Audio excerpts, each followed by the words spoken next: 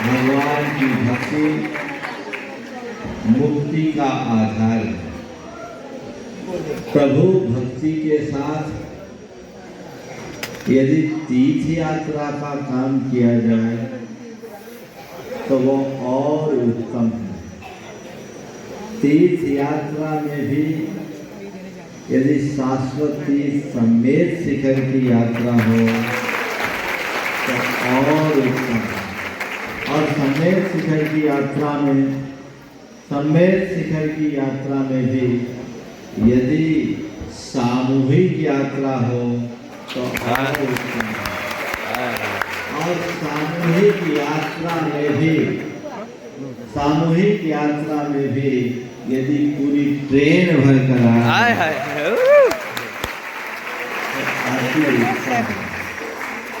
और आप लोग बड़े भाग्यशाली हो कि आप लोगों ने पूरी ट्रेन भरकर, शायद ये तीसरी यात्रा है,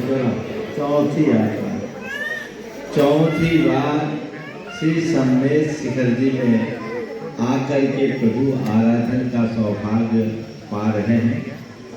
आप लोगों ने कल वंदना की और आज यहाँ समेत शिखर विधान का आयोजन आप कर रहे हैं। आप सबका ये दृश्य देख करके मन बहुत आनंद और भगवान की भक्ति के लिए ऐसे बैठकर प्रभु की आराधना करने का क्षण बड़ा दुर्लभ और मौलिक होता है। आज पूरा मधुबन इंदौर में दिख रहा है।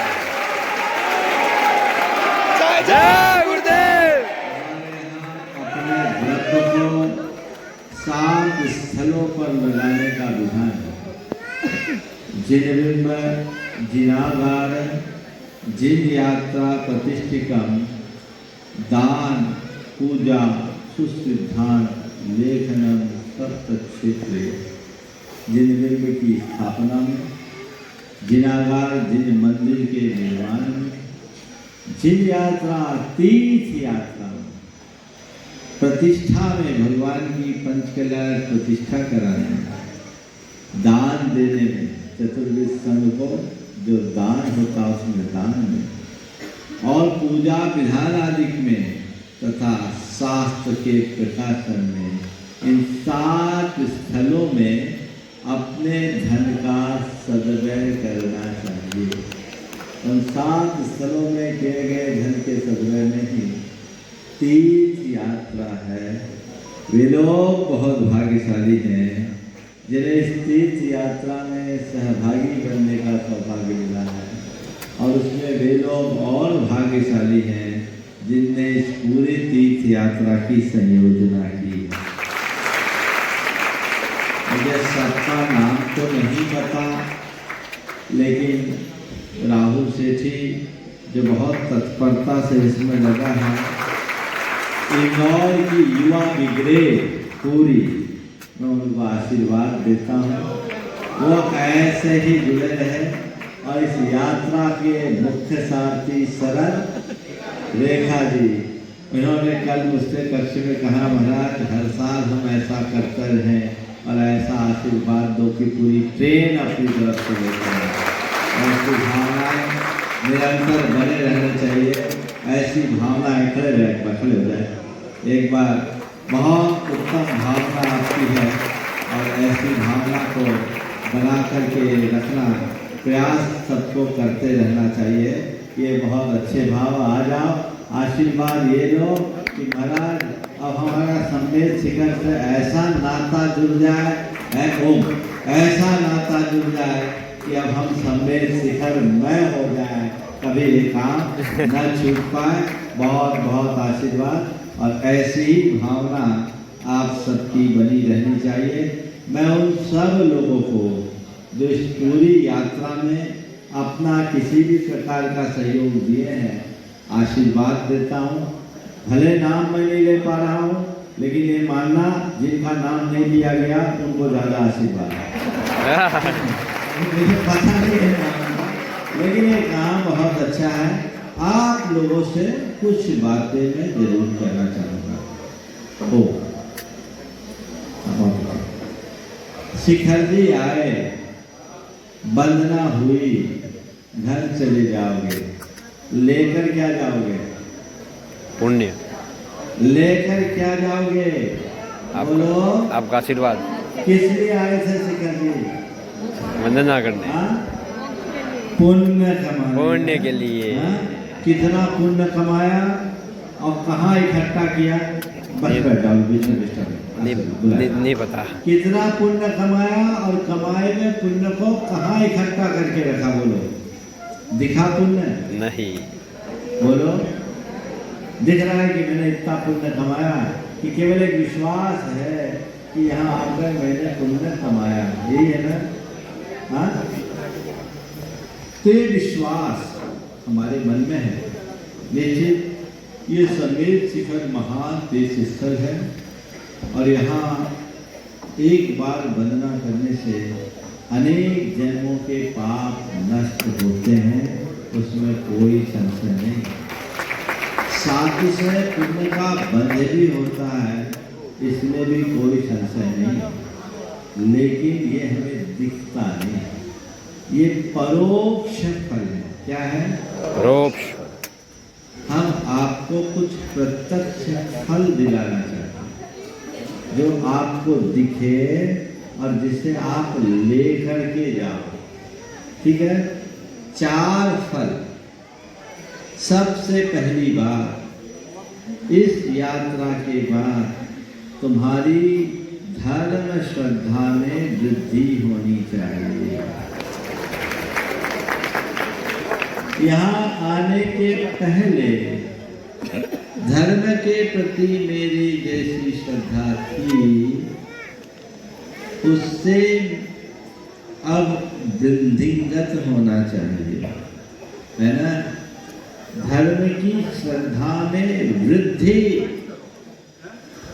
ये जीवन की बहुत बड़ी उपलब्धि है। कल तक मैं धार्मिक क्रियाओं के प्रति उतना उत्साहित नहीं रहता था, उदासीन रहता था। अब मैं तत्परता से धार्मिक क्रियाओं को करूँगा। एक बात है। दूसरी बात, कल तक मैं पूजा पाठ आदि में रुचि नहीं लेता था, अब उत्साहित होकर करूँगा। कल तक मैं किसी विशेष प्रकार के नियम संयम का ध्यान नहीं रखता था, अब मैं उसे प्रमुखता दूंगा। ये वह पावन भूमि है जिसकी वंदना करने से करोड़ करोड़ उपवास का फल मिलता है। तो फल जीवन में दिखना चाहिए कि नहीं? बोलो। दूसरी बात, इस यात्रा को आप अपने जीवन की टर्निंग पॉइंट बनाएं। जीवन में मोड़। अब मैं संयम की राह चलूंगा। तीर्थंकर परमात्माओं के जीवन को देखिए, क्या नहीं था उनके पास? सब कुछ था ना? चक्रवर्ती जैसा वैभव, चक्रवर्ती जैसा वैभव तो जाने के लिए चक्रवर्ती के चरणों में कीकर की तरह आचरण करता था। ऐसे तीर्थंकर परमात्माओं ने सब त्याग करके इस पहाड़ का आश्रय लिया, तब मोक्ष पाए। मुक्ति पाना है तो संयम की राह पर चलना होगा। संयम को अपने जीवन का आदर्श बनाइए। समझ गए? तो धर्म श्रद्धा में वृद्धि, संयम को जीवन का आदर्श बनाने का भाव। तीसरे नंबर पर किसी न किसी बुराइयों का त्याग। शिखर जी गए, बुराइयों को नहीं छोड़े तो शिखर जी आखिर क्या किए? बुराइयों का परित्याग होना चाहिए। जितना बन सके अपनी क्षमता के अनुसार। क्षमता तो हमारे संकल्प से जगती है, क्षमता क्या है तो पता आपको लगता है जब पहाड़ चढ़ते हैं तुम 2 किलोमीटर नहीं चल सकते और 27 किलोमीटर की पूरी यात्रा करके आते हो कि नहीं? ये क्षमता कहाँ से आई? पहाड़ की यात्रा तुम्हारे संकल्प से। तो मन में यदि संकल्प धर लोगे तो आपके हृदय में क्षमता अपने आप जाग जाएगी। तो क्षमता अपने भीतर विकसित हो, बुराइयों का परित्याग करे, ऐसा संकल्प अपने मन में जगाए। और चौथी बात, अहो भाव की वृद्धि, अहम भाव का विनाश। अहो भाव ही पुण्य है, अहम भाव ही पाप है। मेरा अहम भाव कम हो और मेरे हृदय में अहो भाव की उत्तरोत्तर वृद्धि होती